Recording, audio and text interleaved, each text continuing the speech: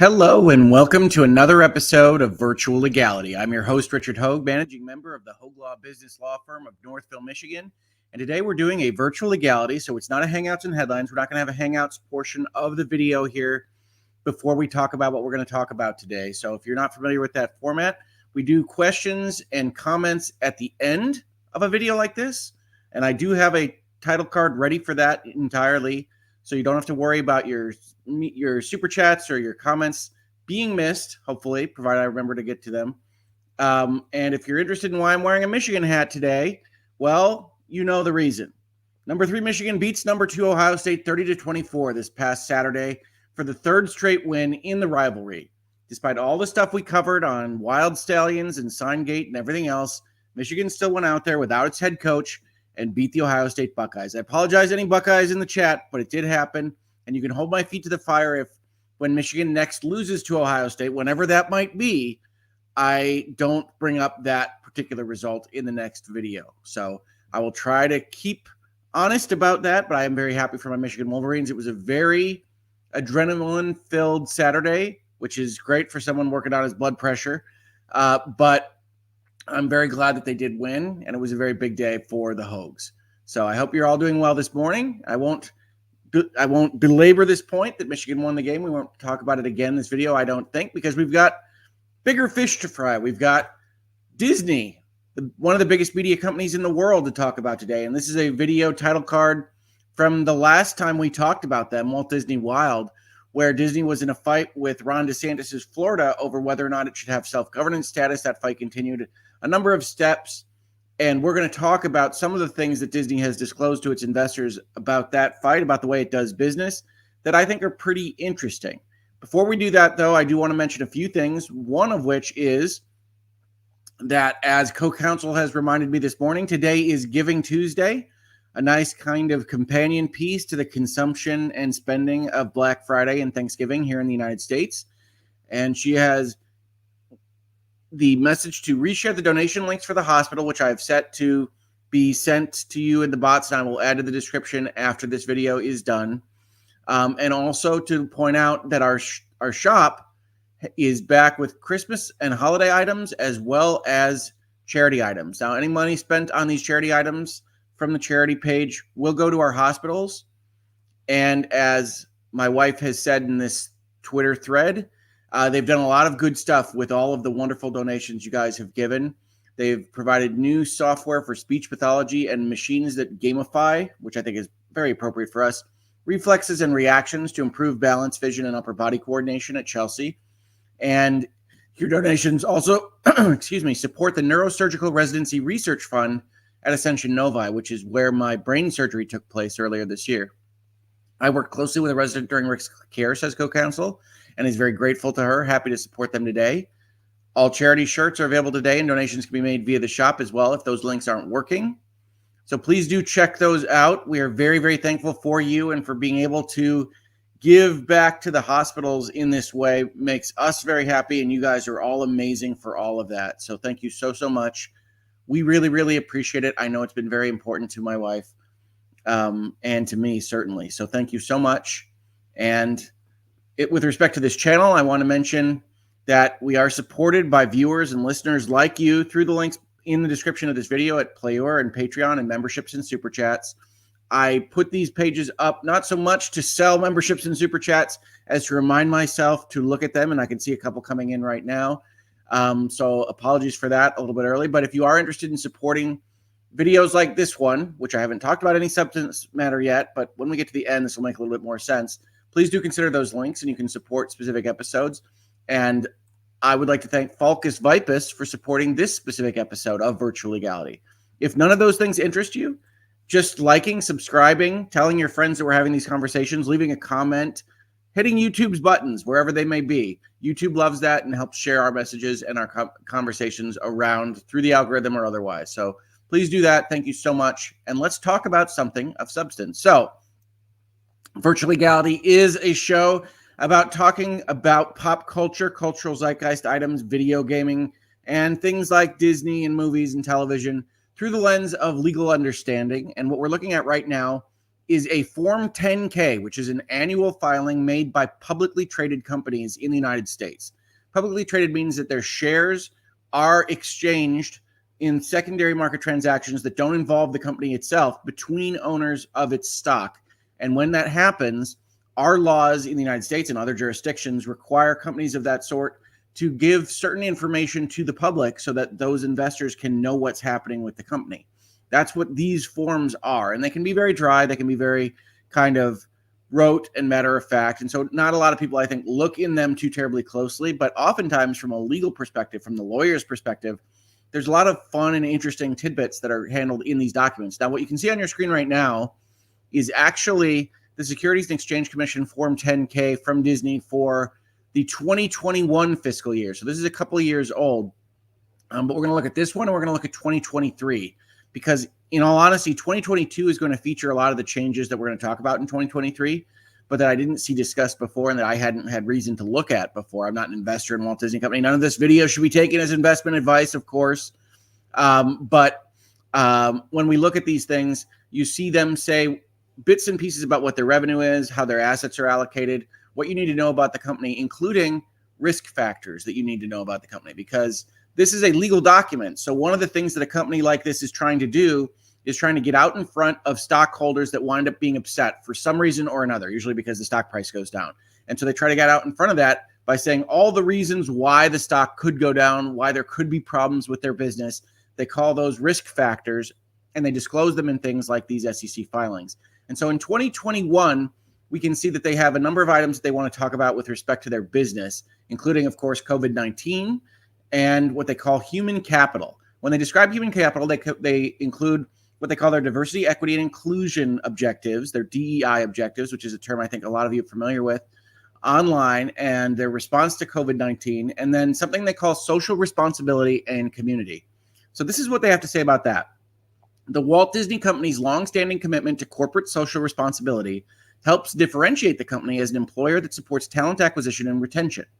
This year, we refreshed our CSR strategy, that's the corporate social responsibility strategy, to connect it more closely with the company's mission and environmental and social issues relevant to our business and employees.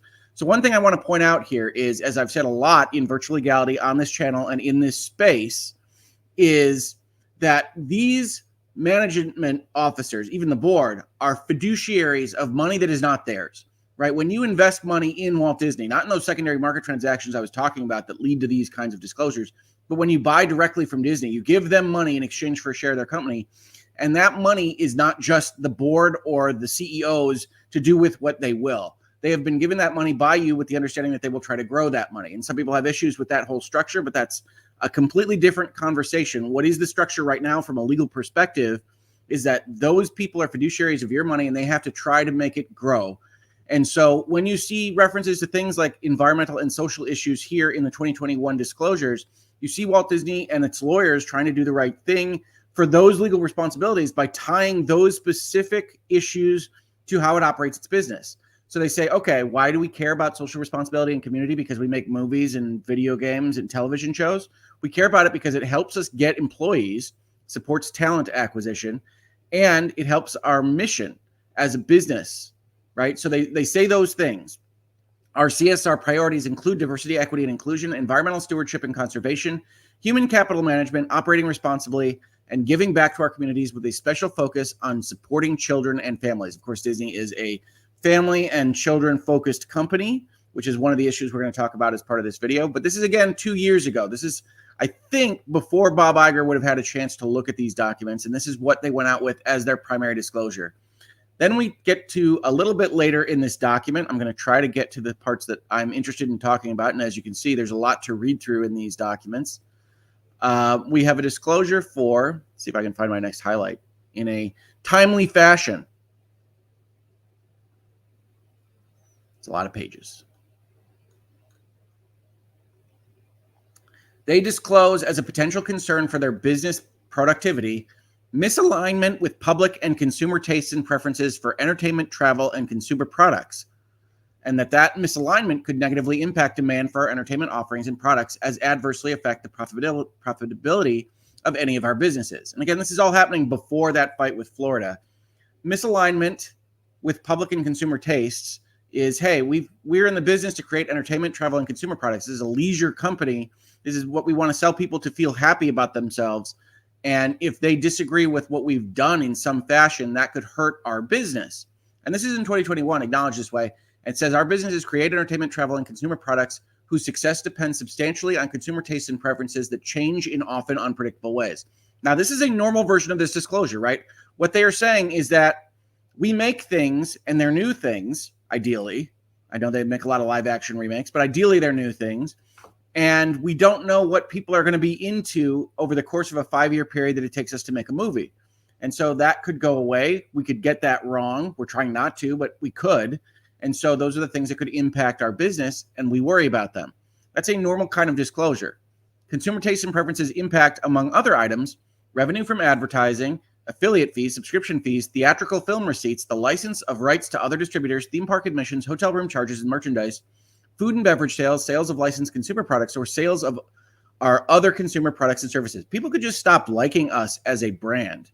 And ordinarily you'd think, well, Disney is a beloved brand, or they were certainly for a long period of time. Certainly my youth and my family got to go to Disney, and we were blessed in that way and enjoyed those trips a lot. It's one of the reasons that my family has been a fan of that brand for a long time. But when you get into these fights with Florida and you wind up having these conversations online, and there are a lot of people that want to talk about what they're saying in their movies or television shows, or what political messages they're going to try to present. And we're not going to go into the details there. I don't really care as much about what they're putting in as the fact that they're putting it in. So this isn't a discussion of social justice or wokeness or whatever you might hear from other YouTubers or online on Twitter. I think this is a separate kind of question. And I talked about this a little bit when I did a post-mortem of No Way Home, which is a Sony movie, but it was guarded by Marvel, which is a Disney company. And one of the things I talked about in that post-mortem, and I think this goes through a lot of the Disney movies, is that I don't love a lot of the kind of morality and messages that are put forth in Marvel movies and in Disney movies in general. And that isn't to say that they don't belong. It isn't to say that you can't advocate for a message that I don't like. It is to say when you are a child and family-focused company, it means that I can no longer just kind of say, all right, let's go watch the next Disney movie or the next Marvel movie, because I think that you have issues with right and wrong and portraying certain things in your storylines. And so I have to, what I call pre-watch everything that comes from your studio. When I have to do that, that adds a friction point, and I wind up watching less Disney media than I otherwise would have. You throw on a Disney Plus that lets you watch whatever it is that they released a couple of months after it, and pre-watching for no additional cost makes more sense than going and having theatrical box office experiences, which leads to things like the stock analysis for Disney, noticing that Wish, which came out this Thanksgiving weekend, did not gain the #1 spot in the box office, but was in fact third. Disney's animated musical film Wish came in third among Thanksgiving weekend ticket sales, which is practically unheard of for a Disney Thanksgiving release. It's the most kind of bettable spot that you can make on a box office, is that Disney would kill it during Thanksgiving. Disney stock has been under an undue burden this year owing to company-specific problems, activist investor pressure, and the months-long writers and actors strikes. Having said that, better days lie ahead for Disney, says this analysis, as displayed in its robust Q4 fiscal year 23 results and subscriber growth. The company's cost-cutting initiatives are beginning to take shape. What is the future of Disney stock? Wall Street is cautiously optimistic about Disney stock trajectory. So you've got all these discussion points. But again, my point with Disney has always been, look, what you've done is you've taken a brand that I thought I could just essentially go and watch and not be concerned about, and you have made it into a brand that is more interested in some of the stuff we talked about in the earliest disclosure, the CSRs, and made it kind of the highlight in a way that sometimes works for me, sometimes doesn't. And when it sometimes doesn't, I have to be cautious as a parent about what it is that we ingest on a cultural basis in the Hoeg household or outside of it. And so once you've made that kind of change, that friction point is important for parents. And I think that's come through in some of the box office. But more importantly, let's take a look at how they disclose some of the same things this year for the fiscal year ended September 30th, 2023. And before we do that, I did see a couple of super chats. I want to make sure I don't miss too much. Britt Cormier says, Michigan still has a football team. I thought we had gotten rid of them for the good of the country. Who knew they had kept them around? Hey, Britt, good to see you. Thank you so much for the super chat and for supporting the channel. Yes, we still have a Michigan football team, including without Connor Stallions, without our head football coach, without our linebackers coach, and a number of other things that happened. But we still won on Saturday. So I'm gonna live with that warmth, and I'm going to enjoy the Big Ten championship game on Saturday. Hope you can enjoy it too. Callista, thank you so much for gifting Hoeg Law memberships. That is so helpful to the channel, and I really, really appreciate it. Nancy Joe, thank you for becoming a new member of the channel. I hope you love it. Britt, misalignment equals our customers are not happy about what we have done. We need to rethink our strategy. I think this is actually a little earlier for that. This is a more generalized disclosure in 2021. We're going to see what they change their language to, and then I think you'll have some things to say, definitely. Maybe we should just try to make good entertainment and leave the message, as Critical Drinker says, out of it. I almost had to do that in a Scottish accent. Yeah, and I'm not on the side of the Critical Drinker and some of the other YouTubers of it all. Like, I don't think that it is as bad as they suggest. I think there's a lot of folks on YouTube and on media that like to make hay out of whatever is released. And I like a lot of what the Critical Drinker has to say about critiques in general, but I think they can often be too negative, which, again, reasonable minds can differ on that. But more importantly for me is that just really anything with respect to the Disney brand is now a concern. And once it is a concern, it has to be pre-watched. And that leads to things like box office receipts being down, I believe. But thank you so much for the super chat and the very generous one. I really appreciate it. And I do think you will be interested in what we're about to see in the 2023 SEC filing. So if we go down to some of the places we were looking at before, we see a reduction in references to that CSI concept. And I think I pulled up the wrong one, or I pulled up the same one again. Let's see. Nope, I was just highlighting that they use that same they moved it to sustainability and social impact. So let's look at 2023's reference. The company's longstanding commitments to sustainability and social impact helps differentiate the company as an employer. Our priorities include operating responsibly, investing in our people's development and employee experience, diversity, equity, and inclusion, environmental stewardship and conservation, and supporting our communities with a focus on supporting children and families. So similar to what we saw in the earlier document, but not identical. Let's see if we can find this again. These documents are too long. Lawyers, am I right? So this is where they talked about their CSR strategy. That got changed a little bit in the language here. Our approach seeks to connect these priorities with companies, business, and employees. So you see the same kind of reference to the fiduciary responsibilities the company has. But when we get down a little further, let's see if we can do this a little bit quicker for everybody. We see that some of the language has changed. We face risks relating to misalignment with public and consumer tastes and preferences for entertainment, travel, and consumer products, which impact demand for our entertainment offerings and products and the profitability of any of our businesses. We have the same sentence at the top of this disclosure, but we have a new kind of second paragraph embedded in this one, which is interesting because a lot of the times these disclosures, these things are not really that changed, right? A lot of these are kind of boilerplate-y.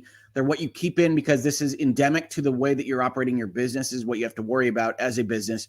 And the lawyers aren't going to make a lot of changes here. So this suggests to me that there was actually a concern that we need to disclose this to investors. And why do you disclose to investors? Because you're worried that potentially investors could sue over this, and you want to be able to sit in court and say, no, we warned you about this particular issue.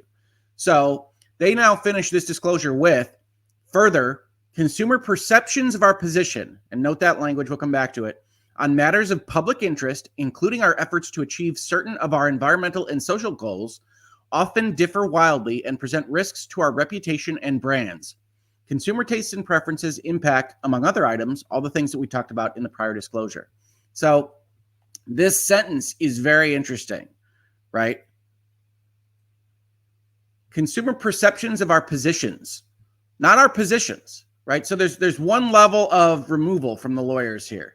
Not the positions that we have taken as Disney, but consumers' perceptions of our positions, whether that's from the Critical Drinker or Mahler or the person on the street, their perceptions of our position will affect how people feel about our brand.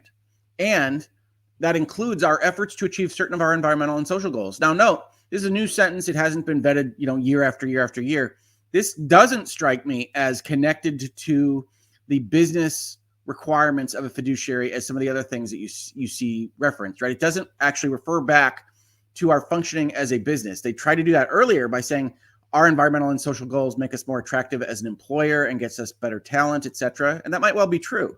But here, it's not tied to those specific goals. It just says our environmental and social goals might have consumers' perceptions of our position on those things differing wildly and present risks to our reputation and brand. So that, not that they'll hate us, but that they're just so broad and people have such different feelings about these things that could overall reduce our ability to sell our hotel rooms and our movie tickets and our television shows and everything else that we might otherwise license, which I think is a very interesting disclosure here, because it does indicate to me a certain amount of self-awareness that they've stepped into the public light on certain things, perhaps a bit too much, and crossed what you might call the Michael Jordan Republicans buy sneakers too threshold. And if you don't know that story, that's basketball player Michael Jordan of the Chicago Bulls back in the day refusing to endorse, I think it was a North Carolina senator, maybe a congressperson, because, as he put it, Republicans buy sneakers too, and he didn't want to be seen as a political figure. So that's been one of the operating principles of a lot of businesses and brands for a number of years. And Disney, with its fight against Ron DeSantis in Florida, kind of stepped over that line, maybe to appease its employees, maybe to seek more talent in animation and what have you, but maybe isolated more customers than it thought it did, and is now looking to potentially disclose that issue to investors and walk it back. And I say walk it back, not because we've seen Disney do many of those things at present, but first of all, acknowledging this from the legal perspective and putting it in legal documents that are investor facing is interesting in the first instance, but also you do have certain indications from folks like Chris Rufo, who I will note is an activist on this and has spoken against Disney's political positions, but that doesn't mean that their information on the things that happen at the Disney meeting should just be discounted. So Chris Rufo says, I have obtained video from returning Disney CEO Bob Iger's first town hall with employees in which he signals that he will work to quiet things down politically and move towards neutrality in the culture war. Iger expressed regret that Disney engaged in the high-profile fight against Governor DeSantis, which resulted in the state legislature stripping the company of its special administrative status. I was sorry to see us dragged into that battle. What's interesting about that from Iger's perspective is while he wasn't CEO at that time, his comments and some of the pressure that he put on Disney is part of what resulted in that particular fight, as you can see in that prior video on this channel. And then you have other political statements, and you've got an article from Mr. Rufo if you're interested in checking it out. It is linked in the description to this video.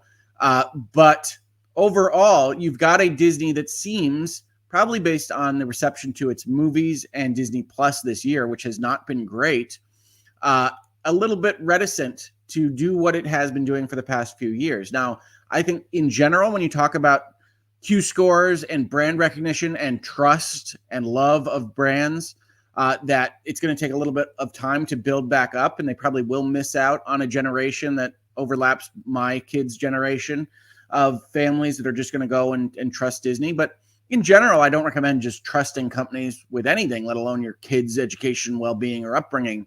So I don't think this is necessarily a bad thing for people to be aware of, but I do think that Disney is chastened by this. And unfortunately for them, they have been in a position with COVID and everything else where their bottom line has been hit perhaps more than most other companies. So I wanted to point this out because I thought it was interesting. And I think it's always good to check out what the company itself is saying, both in public venues like the one we just looked at on Twitter, but also in legal venues like these SEC documents, because they did change their language from a couple of years ago. And they did change it last year, not to this exact language, but very similar to it. So I do think Disney is trying to walk it back. I think Bob Iger in general is trying to walk it back a little bit. And I'm interested in what you all think about that, how you feel about Disney overall, what you think about Disney these past couple of years, whether you are more on the critical drinker, Britt Cormier side of things, with Disney has been putting in messaging too much of late of a specific kind that is bad for families and children, or on kind of more my perspective, which is that any message really is going to be an issue insofar as I don't really want The Little Mermaid teaching a specific message other than, you know, the be yourself kind of bromides of a Disney movie. And that gets a little bit concerning when they go past that. And when you see things like Spider-Man or other films in the Disney milieu not really seeming to have a great grasp on morality, right or wrong, liberty versus totalitarianism and things of that nature. And I get concerned. So let me know in the comments, see if I can get these things up correctly. Again, I'm reminding myself to check the memberships and super chats here as we get to the end, and thanking FalkusVipus for sponsoring this video. I was anticipating a shorter video today, so I hope that isn't too disappointing for anyone. I really appreciate all of you, and I like having these conversations. So let's see what anybody has to say. All right. Lobster 11 having what is a shorter way of saying what Disney means. Never let ideology get in the way of making money. That's very true. Kai Mellon says Disney has always put in a message, though. It made childhood interesting if you paid attention to it. I don't think there's anything wrong with fables having morality in them. I just think that it's gotten away from generally acceptable things of heroism and freedom and knowledge of oneself and things of that nature, and gotten more towards the issues I had with Spider-Man, which I framed earlier in the video, were ones related to kind of consent and what a hero does and is, and things that just aren't really addressed properly by a lot of movies now. But Disney having so many media properties in so many kind of child or young adult facing intellectual properties means that they have a kind of pole position to forming people's understandings of morality and right and wrong in a way that I think we have to be cautious of. And we could talk about whether or not it's appropriate for Disney to have that position or not. But I think that overall, if they are going to have that position, they should be a little bit more general in the messaging that they are presenting. Dan Boy says every piece of media is inherently painted in the ideology of its creator. That said, Disney has been pushing agendas far too strongly in a way that feels disingenuous. Yeah, and I love media, and I have said in the past, I don't really have a problem, certainly as an adult. We can talk about families and children in a different light as part of Disney discussion. I don't really have a problem with you delivering whatever message you want to deliver as part of a cogent, cohesive world building in your story. What I tend to have a problem with is taking something that is not specifically ideological and then layering on things that are of interest or import in the real world in a completely obvious and artificial way. I think it ruins storytelling. I think it makes it less interesting to actually understand and enjoy. And I do think that there's an issue that Disney has and other media makers have in the present day with doing that, right? I think you can look at Star Wars Return of the Jedi and say, okay, it's a Vietnam allegory and the Ewoks are the Vietnamese and the US is the Empire. And that's interesting, but it's not a direct layer on of what the US does and the Death Star and everything else, and or that the Ewoks are actually legitimate representations of Vietnam citizens. It's just a concept of, isn't it interesting to think about a big empire fighting a more indigenous force and what advantages that force has, right? I think you can take bits and pieces of history, and everybody that makes something is going to be informed by what they think about their real world, but you don't just layer it on. And I think layering it on is what we've seen more and more in the present day. And I don't think that's a great thing for media. Stephanie says, Little Mermaid isn't be yourself. It's change everything you are to get a guy. I'd have to really think about Little Mermaid. I thought it was fight a sea witch. No? I can't pretend that Little Mermaid isn't change everything about yourself to get a guy. A little bit. I think it also has something to say about dads and daughters and understanding of kids that works well from the adult side of things. But it's a fair cop, Stephanie. Riketsu86, member for 17 months. Thank you so much for being a member of the channel for so long. I really appreciate it, Riketsu. Gone with the Gale says, I totally agree. People want Disney to be for escapism, not messages about other ideology. I don't really care if it matches my ideology completely. I just don't want to have to worry about what it is you're trying to put into your movies.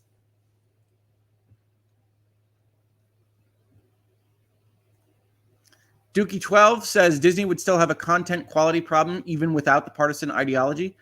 I mean, I think it's a very interesting kind of white paper theoretical discussion that I've been thinking about for a number of years, especially after what happened with Star Wars. And is the inclusion of ideology, what you heard referenced as the message, necessarily deleterious to the functioning of a good story? And I think that it is.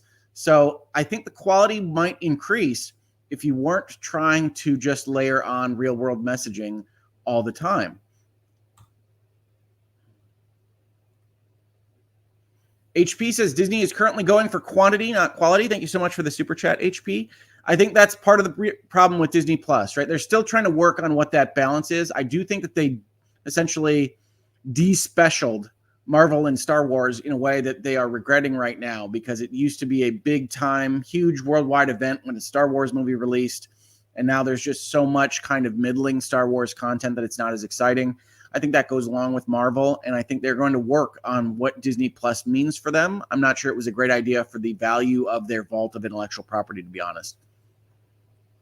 And Mrs. Hoeg Law is in the chat, thanking you all for supporting our Given Tuesday efforts. Thank you so much, honey, and thank you for organizing that and putting the Twitter thread out there. I really appreciate it, and I'm so thankful that we have such a generous community that is able to help out our hospitals that really did save my life and got me to where I am today, which isn't perfect, but there may never ever be perfect, but I am a lot closer now than I was at the start of the year, certainly when I was on a ventilator, missing a Michigan football game that I'm told ended in a loss, but I still don't believe it exists. Thank you, everybody, for making those donations. I really appreciate it. Kelly says, is Doctor Who now showing on Disney Plus? I believe Disney Plus has the international distribution rights to Doctor Who. I think I saw David Tennant on the front screen of Disney Plus the other day. Traveling Scienceman asks, do you know if they still send out physical investor packets, or is it all digital now? It depends on the company. When I was briefly invested in Electronic Arts, they were sending me physical packages, but it does depend on the company. And I think most would prefer to only send out digital if they can. And mostly they put that in the kind of environmental sustainability basket. Hoeg Law, I'm reminded of a previous VL Live you did about IGN misquoting Tim Sweeney, who was advocating for companies separating their product from political stances. It sounds like me, and I do think that IGN is one of those in the video game spot that tends to talk about wanting companies and wanting developers to take on political ideologies and stances, whatever they agree with. And I think the danger there is always one, that if you step out of line from agreement with whatever the zeitgeist says at a publication that you can't actually know in advance, you can wind up hurting yourself instead of helping yourself. And two, that if people don't trust you to essentially just be trying to make a good game or good story first and foremost, then they tend to evaluate what it is that you're doing from the perspective of partisan propaganda. And I think that's bad for basically all media. Callista says, Kelly, it will be from the current specials forwards for the Doctor Who distributed by Disney Plus. Absolutely. Prototopics, David Grace. Rick, we should do a media review for 2023. Oh, man, I like a lot of stuff that came out this year, but I dislike a lot of stuff as well. I'm not sure. Perhaps, David. I don't want anybody to get upset about our takes on things that they like, but there has been a lot of disappointments this year to go with a lot of great stuff coming, especially in the video game landscape. HP, I think in general, people are sick of feeling like escapist media is preaching at them, and this has been happening more and more on both sides of the line. Yeah, I think I agree with that. I think that there's a concern that you're going to get into a movie that's ostensibly about something ridiculous, aliens invading or something else, and it winds up with a whole sequence in the second act talking to you about the politics of the day, whatever those might be in the day that they are made, and it's not a great feeling. It's not useful to have a story that just separates out and says, let's talk to you now about what's happening in your life. That's not great for world building. That's not great for feeling like you're actually watching a story. Michelle, Mama Bet's 100. My daughter and her friends preview all Disney for their 5 and 6-year-olds these last few years. I pre-watch basically everything. But I feel like I didn't have to as much prior to the last little sequence from Disney. Okay. Judy says, reasonable minds can differ. I would vote for the review with Prototopics and Hoeg Law.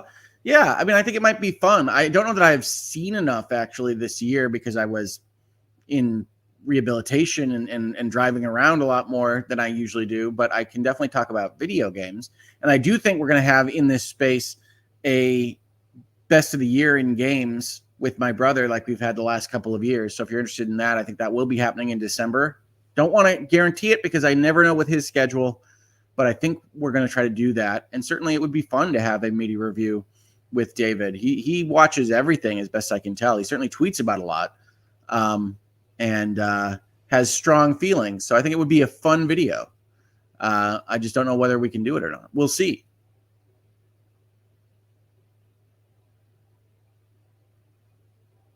All right, I think I've caught all the super chats. Maybe. Let's make sure. Okay. I think I'm missing a Brit and an Akrugi. All right. Akrugi, thank you so much for gifting those Hoeg Law memberships. Again, I really appreciate it. And I cannot say how much it is helpful, especially in 2023, with everything that has happened this year, to get that kind of support for these conversations. I'm so thankful. And Britt, thank you so much for, again, another super chat.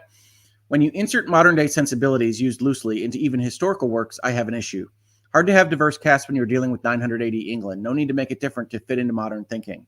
I mean, that might be well true, right? And I think you can talk about casting in that way as part of this story, right? You saw the references to DEI in the Disney disclosures, and you see a general push to have more diverse offerings in these movies and these television shows, and that can lead to things that are a little bit odd, like a movie about 980 England or what have you, with a cast that maybe doesn't make sense for what the actual demographics of the time were. I don't think personally that steps me out of the storylines too much. You know, I've watched Hamilton, I've watched Bridgerton. I don't think that bugs me as much as it might some, but it can say that there are concerns that are outside of telling the most cohesive story that we can within the world that we're building. And that can be symptomatic of other issues that I have overall with modern drama or just media. Chinchilla says, Hoeg Law, ideological issues go over the heads of a lot of international audiences. The bigger problem is that the movies are bad now. Yeah, and I think that's a part of the problem, right? When you talk about things that aren't actually interesting to your story and your characters and the world that you've set up, that might go over the heads of international audiences, and it will go over the heads of audiences in a few years from now, right? It also sets a timer on what the actual usefulness of those talking points is in the movies and television shows themselves. But it takes time out of building character and setting up drama and doing the normal things that you do to actually have a story. And so I do think you wind up with, quote unquote, movies are bad now more than they really need to be. I don't think everybody forgot how to write good stories all at once. I think that you've got reasons why storylines seem so much worse than they otherwise have. Jesus Rubio, a major issue I have with Disney movies is that the conflict in many of the movies arise between the parents and their children, and the parents are typically unreasonable and in the wrong. That does happen a lot, although my kids would point out, certainly even in the Disney Renaissance, that for the most part, they avoid that problem because they kill off the parents very early.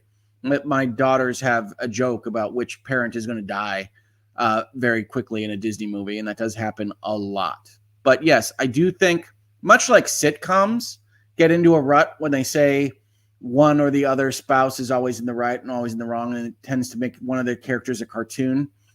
Disney movies do have a tendency to take the kids' side in a kind of Disney Channel environment to appeal to the kids in a way that maybe doesn't make sense for the overall messaging that should be happening, and tends to cast parents as villains a little bit more often than I'm comfortable with. But again, I'm not sure that's part of the kind of message or social responsibility storyline as much as it is about Disney being caught up in other things besides telling good and reasonable stories within the world that they are setting up. MZ says, we don't have Disney Plus, and I don't think it's worth the price now that with the kiddos getting older. Love Doctor Who, though. Yeah, I've enjoyed a lot of Doctor Who. I think I stopped watching with the Matt Smith era. And so I don't even know where things might be with respect to Doctor Who. But the good part about that series is that you can generally jump in wherever you want. And I haven't seen the new 60th anniversary special, which I think was live on Disney Plus this past weekend. So I can't speak to it. But I do have hope for David Tennant being back in the Doctor Who seat for at least a little while.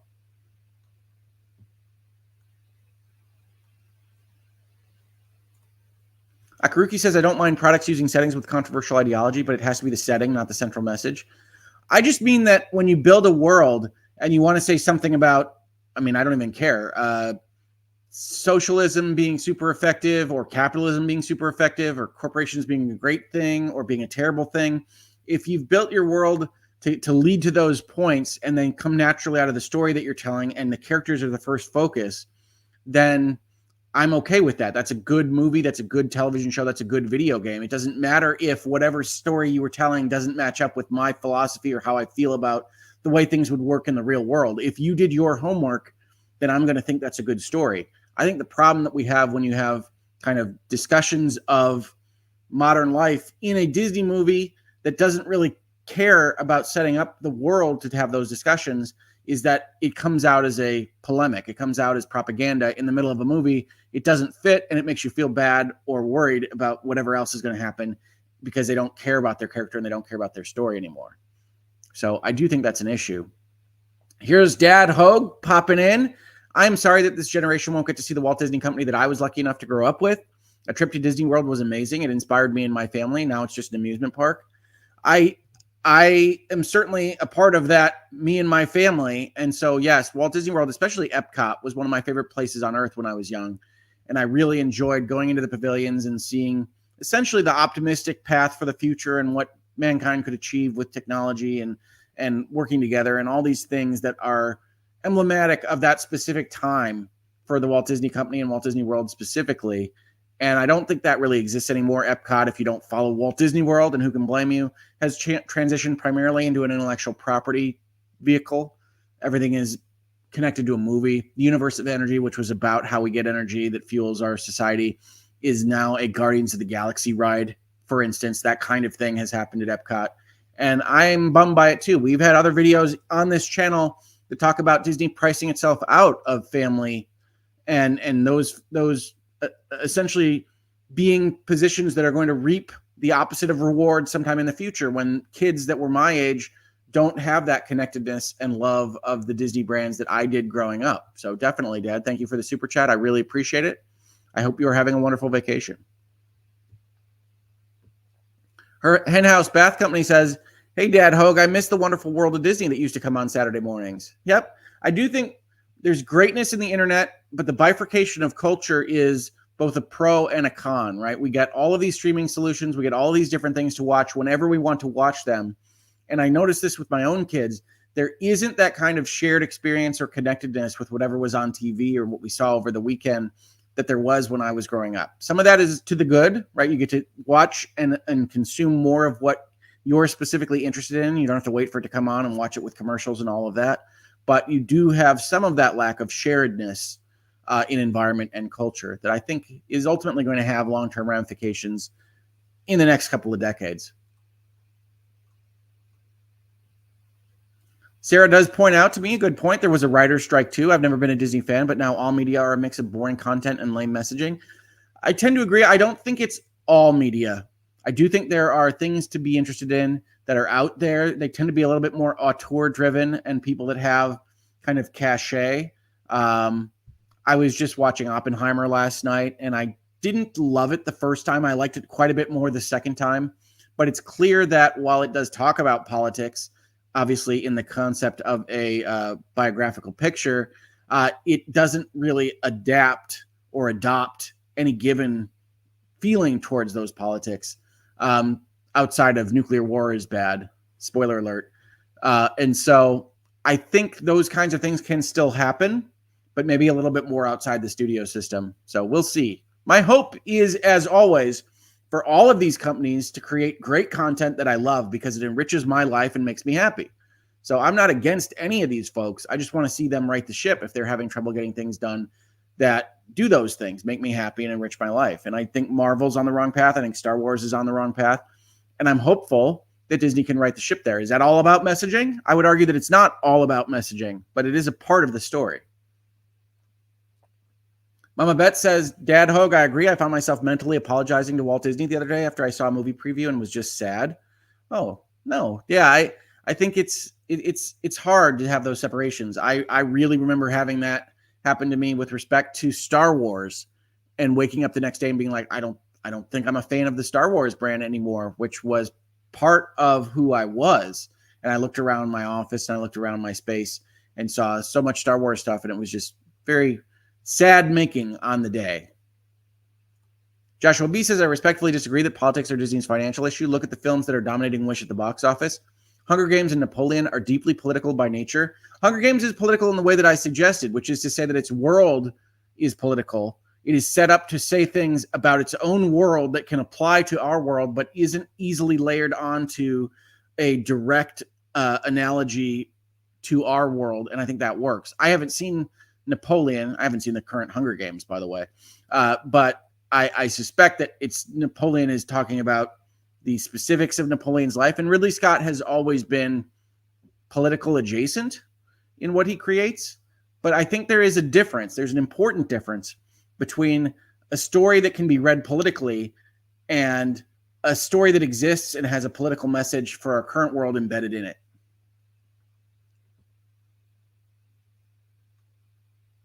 Kai Mellon says, hey, I don't know if the idiot parents thing is all that new. Thinking about the old Parent Trap, Mary Poppins, absentee parents, etc., where the kids have to do something to get the parents back on track. I think certainly when you're making kids and family-focused fare, you do have the kids taking on a more protagonistic role, which is going to put them against some opposition. That's often going to be the parents in their lives, right? This is what I say about when we talk about things like cyberpunk. And people say, hey, you're a corporate lawyer. How can you be okay with all this media representing corporations as evil or otherwise killing everything in the world, etc.? Because I think it's an interesting story. I think it's an interesting world to examine. And when you are setting up a story, it's easy for me to say, okay, what are the institutions that could exist that could present this kind of problem? Sure, you have nation states. That's what we have right now. But could corporations sometimes be that powerful in the future? I think that's a perfectly easy way to look at what the future could hold for us as a people. And I don't have any problem with people making that assumption, even if I don't personally think that Cyberpunk 2077 is the future of mankind. I still think it is a possible future, and they set up why it exists the way it exists. I'm interested in that kind of story. Traveling Science Man asks, does Oppenheimer go into his fascination with Hinduism? If not, it's missing a lot of the man. I think you will find the reference to Hinduism distracting, actually. I think Christopher Nolan's perhaps biggest misstep in the movie is how they deliver the Destroyer of Worlds line and why it comes to Oppenheimer when it does. So, no, I would say it doesn't really talk about Hinduism so much. It talks a lot about his love of New Mexico. But I do like the movie overall. Britt Cormier says, negative as I am to Disney, I do not want them to fail. I want them to return to the greatness that I have of my younger years. I also want them to give up a few IPs so that we do not have one entertainment company to rule them all. And I think that's a fair conception. I think when people come into my videos regarding Microsoft and Activision and say, Rick, are you happy with this consolidation? I say, I'm happy with folks investing in the video game industry, and I'm happy with it being allowed because I don't think it creates a monopolistic environment. But I'm as concerned as anyone that if you get too many intellectual properties under one roof, you wind up with just kind of the cultural mores and let's face it, quirks of a single person or single board. And whether or not you like that person or board, that's going to get to be a vanilla feeling product overall. And I'd rather have more variety in my life.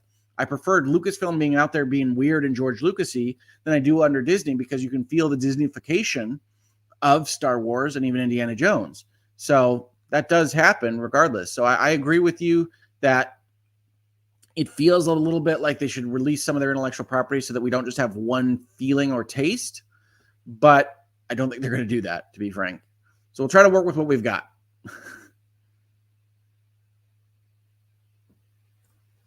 Paul asks, unrelated, would you look at the D-brand copyright case against Casetify? I just want to ask about that. I did look at it briefly, but I haven't looked at it enough to comment on right here, so perhaps I will look at it again further. Sarah P., I used to be excited for new Star Wars content. Now I ignore a lot of it. It's not exciting anymore. That's the truth. Henhouse Bathco says the book talked about his love of New Mexico a lot. The book being American Prometheus, on which Christopher Nolan based Oppenheimer. So that makes sense.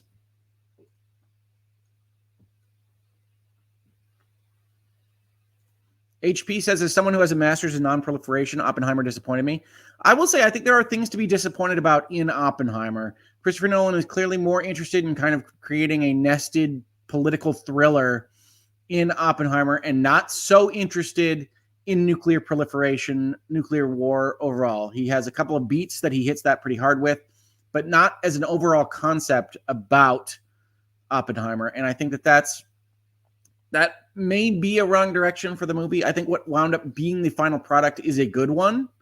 But yeah, I don't think it's particularly good at talking about, frankly, either the Manhattan Project or the creation of the atomic bomb or what nuclear war means to the geopolitical system. It's more interested in kind of looking at Robert Oppenheimer psychologically, I would say.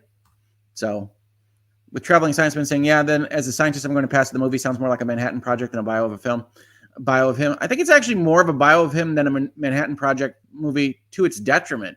I think the more interesting stuff that it covers is how the project was organized and how a project like that can be completed.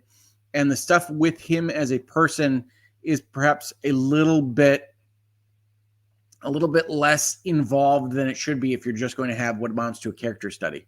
But I do like the movie. I will recommend it.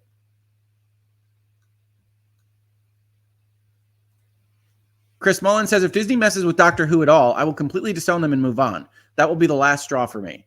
I don't know whether Disney will have a lot of impact on Doctor Who. The fact that they have the international distribution rights means that they're at the table. They're on the phone call when they talk about what Doctor Who is going to be, but they probably aren't controlling it.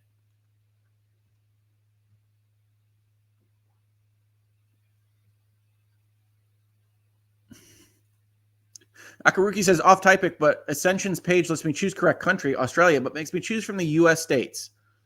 I'm sorry about that. Yes, certainly when we worked with the hospitals, a lot of them have things in place to help facilitate donations, but aren't entirely perfect on the tech side. So I apologize in advance for any problems you might have with any of that. Calista says Disney just has distribution rights. I think BBC still has control. Yeah, I think BBC is the producer. So I think they still get to pick. But when you have a mega contract for distribution rights, they still get a phone call. They still get a seat at the table. That's the lawyer in me talking on that. It doesn't mean that they control things, but it does mean that they can influence them. Gamer Ducko says, I can't wait to see Doctor Who in Kingdom Hearts. Yeah, see, so that license isn't going to allow Doctor Who in Kingdom Hearts. One wouldn't think. Kingdom Hearts being a Disney and Square Enix project with Disney licensing its properties to Square, Disney doesn't have the rights to license from Doctor Who to Square. They only have the right to essentially put those programs on Disney Plus. So apologies, you're not going to see Doctor Who in Kingdom Hearts anytime soon.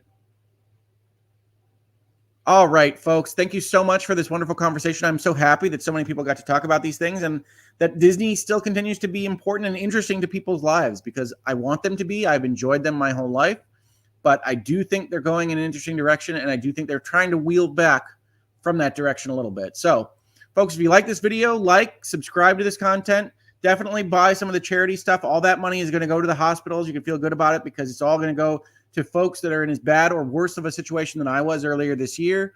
And I am so thankful for all of you and for this wonderful community. And I will see you on the next episode of Virtual Legality or Hangouts and Headlines. Thank you so much, everybody. Virtual Legality is a YouTube video series with audio podcast versions presented as commentary and for education and entertainment purposes only. It does not constitute legal advice and does not create an attorney-client relationship. If you have legal questions about the topics discussed, please consult your own legal counsel.